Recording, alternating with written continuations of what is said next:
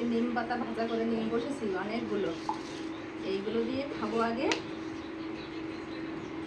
কতটা নিম পাতা দেখো।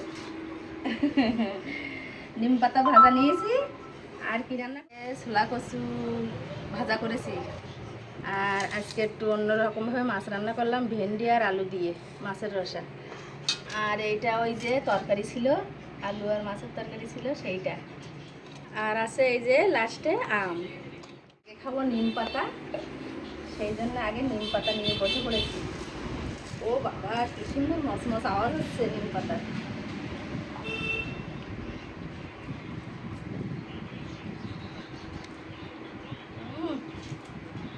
তো আছে খুব, কিন্তু এইভাবে নিম পাতা ভাজা করে খেলে ভালো লাগে। খাবি তোরা? খাবি না? তাহলে আমি খাই।